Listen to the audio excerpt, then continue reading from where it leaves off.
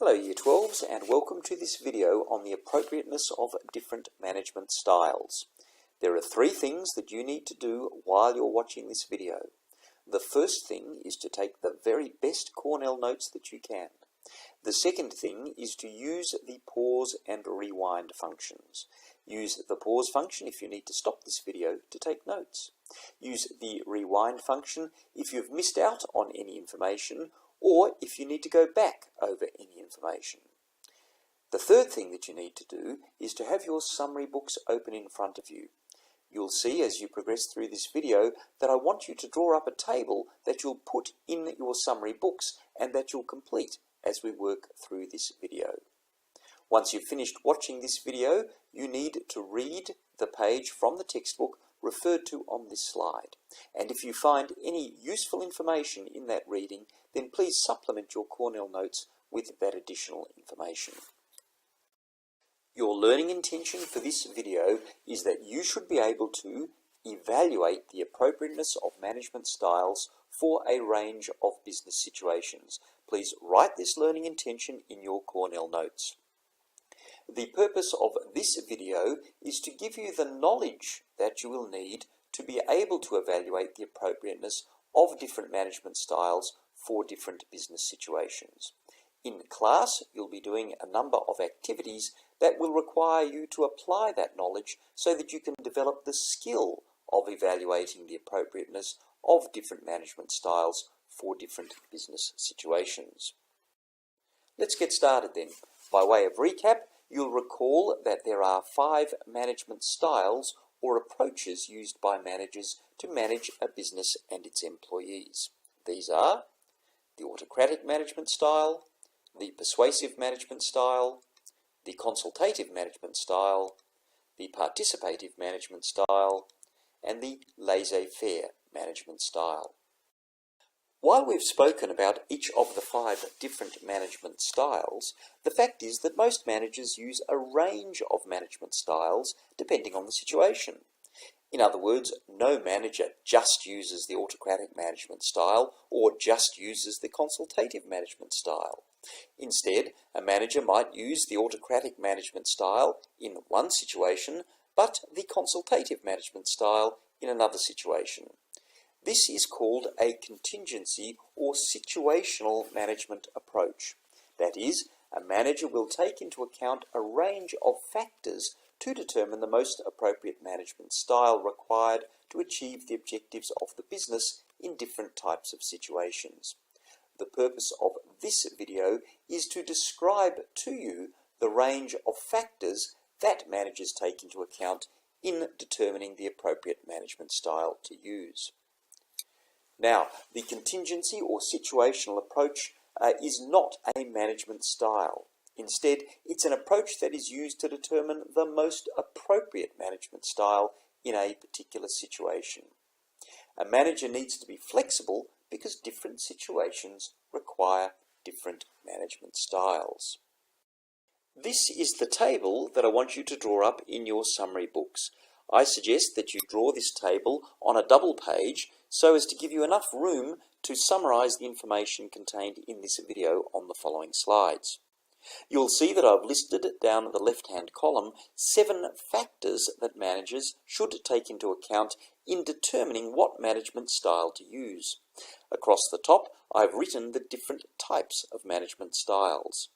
In the blank boxes, you will need to take notes about how each of the factors in the left-hand column may influence the choice of each of these different management styles. Let's start by looking at 3 factors that apply across a range of different situations. These are the manager's characteristics, which is factor number 1 in your table, the corporate culture of the business, which is factor number 5 in your table, and the type of management structure, which is factor number 7 in your table.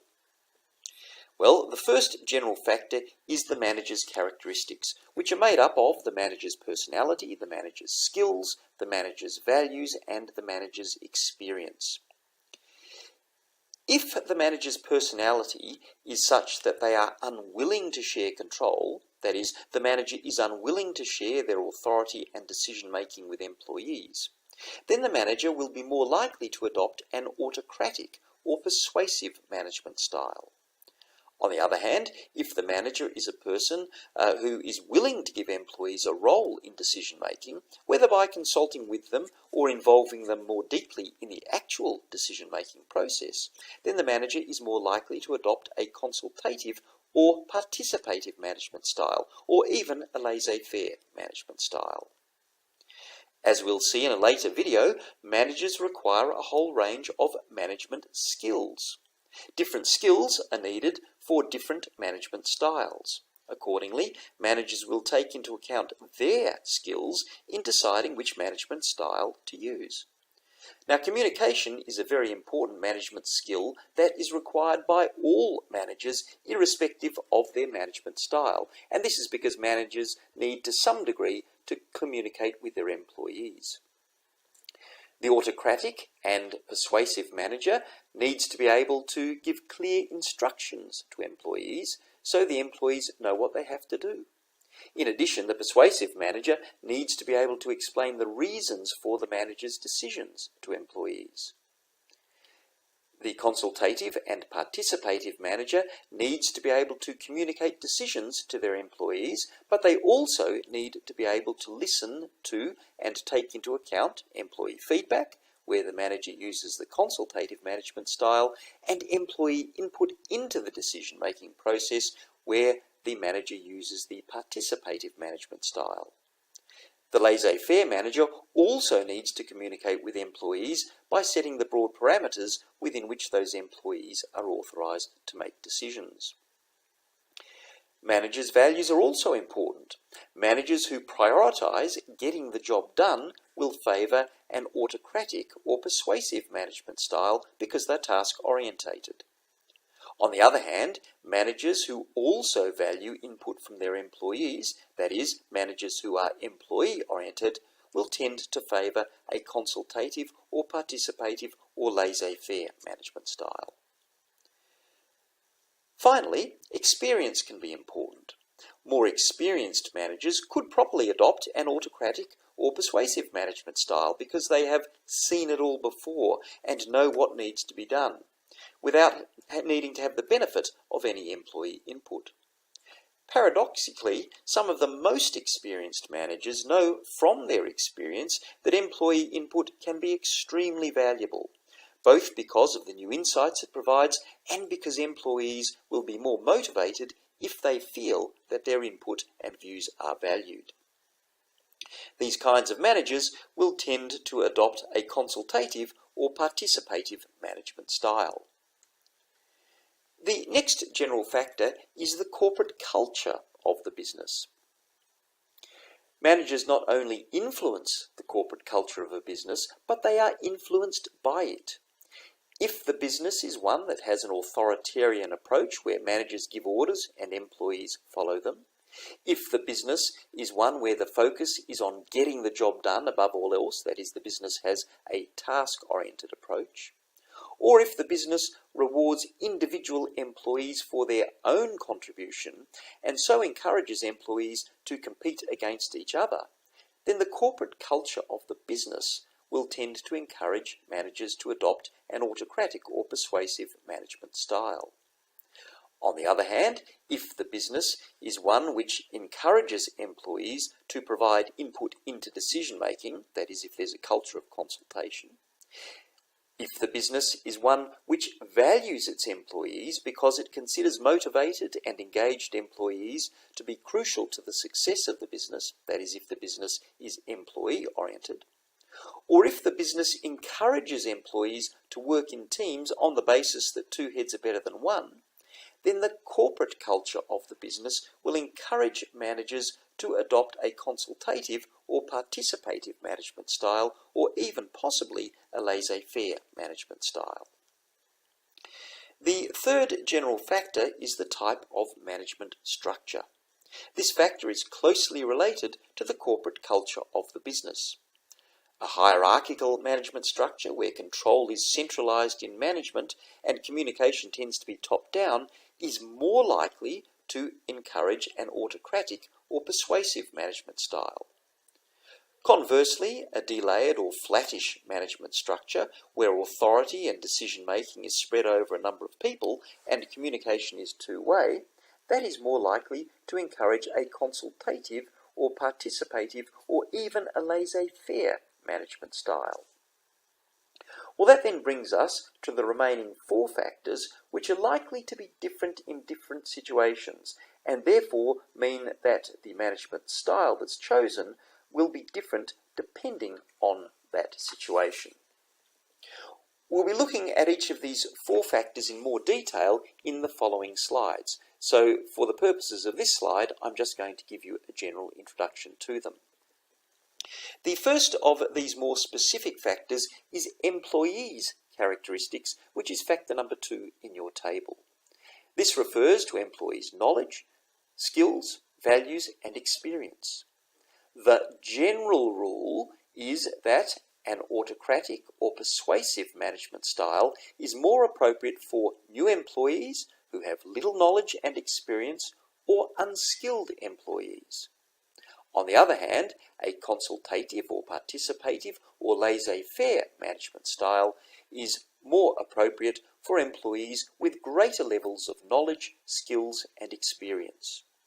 This is because these kinds of employees are able to provide valuable input into decision-making, are likely to become demotivated and disengaged if their input is not requested or taken into account, and do not need to be micromanaged in getting the job done because they're used to exercising initiative and independence. The second more specific factor is the type of task, which is factor number 3 in your tables. The general rule is that an autocratic or persuasive management style is more appropriate where the task is a high-risk task, because then strict management control is needed to ensure that the task is completed without damaging the business. In addition, the autocratic or persuasive management style is appropriate for routine, simple, and low-cost tasks because there's no need for consultation in relation to these tasks. These tasks are run-of-the-mill tasks that just need to be completed, and the method for completing them is well known and accepted. Conversely, if the task is once-off, so that it's a new task, if it's a complex task, or if it's a high-cost task, then consultation is likely to be useful because the more input the different people have, the more likely it is that all the factors that are necessary to successfully complete the task will be taken into account. In this case, a consultative or participative management style will be more appropriate. Finally, if the task is one which requires creativity and innovation, then a laissez-faire management style, which gives employees the freedom to innovate, is likely to be more appropriate. The third more specific factor is the existence of constraints such as time restrictions or lack of money or lack of other resources. This is factor number 4 in your tables. Because consultation and employee participation in decision-making takes time and may cost money, for example, it may be necessary to spend money in training employees so that they have the skills that enable them to be involved in the consultation or decision-making process, then the general rule is that an autocratic or persuasive management style is more appropriate where there are time, money, or resource constraints. However, if the real issue is how to get a task done most efficiently, that is, how to complete the task in the shortest possible time with the least expenditure of money, then the consultative or participative management style may be the most appropriate management style because employees may be able to provide valuable insights into how to improve the efficiency of the jobs that they do. After all, they are the ones who are most familiar with their own jobs. The final, more specific factor is external environmental factors, which is factor number 6 in your tables. Factors such as what competitors are doing, the requirements of customers, and changes in technology can significantly affect the kind of management style which is appropriate. For example, if a competitor has introduced a new technology which has made its product far more attractive to customers than the business's product, then an autocratic or persuasive management style may be appropriate as a way of ensuring that the business quickly implements the new technology, or perhaps an even better technology, to recapture the business's lost market share. On the other hand, where a business does introduce a new technology, employees may need to be trained how to use that new technology, and the new technology may mean that some employees' jobs become redundant. In these circumstances, a consultative or participative management style, where employees are consulted about the introduction of the new technology or are even involved in the decision to introduce the new technology, may be the most appropriate form of management style. A common question in a SAC or an exam is to provide a case scenario and ask you to propose and justify an appropriate management style for that case scenario. In the previous discussion, I described 3 general factors that can influence the management style used by a manager, and 4 specific factors that will be different in different situations that can also influence the management style used by a manager in those different situations. In the next 3 slides, I'm going to look in more detail at how these 4 specific factors can determine which is the most appropriate management style for a manager to adopt. So keep writing in your summary book tables. On this slide, I will set out 5 situations in which the autocratic or persuasive management style is likely to be the most appropriate management style. The first situation relates to factor number 2 in your tables. As we've seen, the general rule is that the autocratic or persuasive management style is most appropriate for new employees who have little knowledge and experience, or for unskilled employees. When an employee starts a new job, then they need to learn their job. In these circumstances, it would be appropriate for their manager to tell them what to do and to require them just to do it. This is a situation which involves a focus on getting the job done, top-down communication from the manager to the employee, and the centralization of authority and decision-making in the manager. That is, the manager is using an autocratic or persuasive management style. This babysitting is necessary until the employee has become more familiar and skilled at doing their job. A very good example of this is casual employees, such as school and university students who are employed at places like McDonald's and KFC. As casual employees, they only work perhaps 1 to 2 shifts a week, and so they don't have a very vested interest in the business except to earn some pocket money. All they need to be told is what to do and when to do it.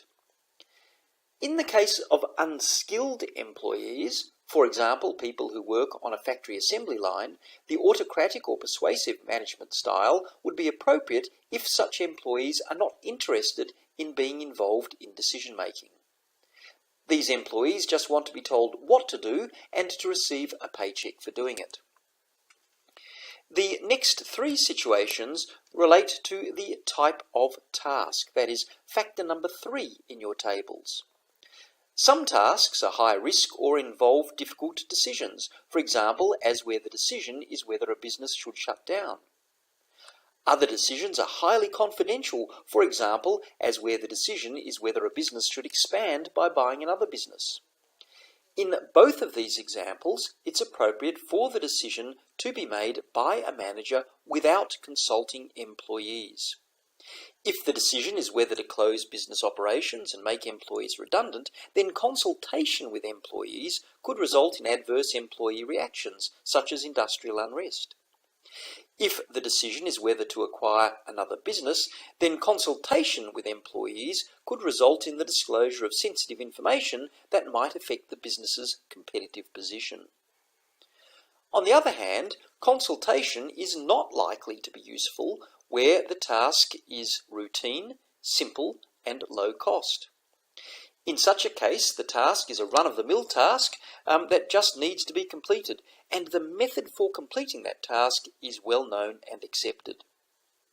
Because consultation with employees is inappropriate or unnecessary in these three examples, these are examples of where an autocratic or persuasive management style would be appropriate. The fifth example is an example of a time constraint. That is, where a decision needs to be taken quickly because of an emergency. This is relevant to factor number 4 in your tables. For instance, it may be that the business has to recall a product because of a serious defect. This might be the case where the business manufactures medicine and a batch of medicine has been contaminated. Or it may be that the business has to take quick action to stop environmental contamination. For instance, as where toxic chemicals are leaking from a factory operated by the business into a river. In such emergency situations, there's no time for consultation and decisive action has to be taken to prevent damage to the business. These are examples of cases where an autocratic or persuasive management style is appropriate because the manager needs to make a quick decision, the manager needs to instruct employees to follow that decision, and the manager needs that decision to be implemented promptly in accordance with the manager's instructions. On this slide, I will set out 3 situations in which the consultative or participative management style is likely to be the most appropriate management style. The first 2 situations relate to factor number 3 in your tables, that is, the type of task or decision. First, the consultative or participative management style will often be the most appropriate management style where the decision has a significant impact on employees. Examples are decisions about workplace terms and conditions, redundancies, the resolution of workplace disputes, and the introduction of new technology. Because these decisions can have a significant impact on employees, consultation with employees, or the involvement of employees in those decisions, is a way of reducing employee resistance. This is because the involvement of employees in the decision-making demonstrates that the business values inputs from its employees. In such a case, the employees might not be satisfied with the ultimate decision, but they will at least feel that their views have been taken into account and properly considered when coming to that decision. Another situation where the consultative or participative management style is likely to be most appropriate is in relation to decisions that need to come up with novel solutions, or that need to choose between a range of options, or that need to take into account a number of factors. This will often be the case where the decision is once off, that is, it's a new decision, is complex, or is high cost. In such a situation, consultation with employees is likely to be useful because the more input that different people have, the more likely it is that all the factors that are necessary to come up with the best decision will be taken into account. The third situation in which a consultative or participative management style will be appropriate comes back to the values of the manager, which is factor number 1 in your tables.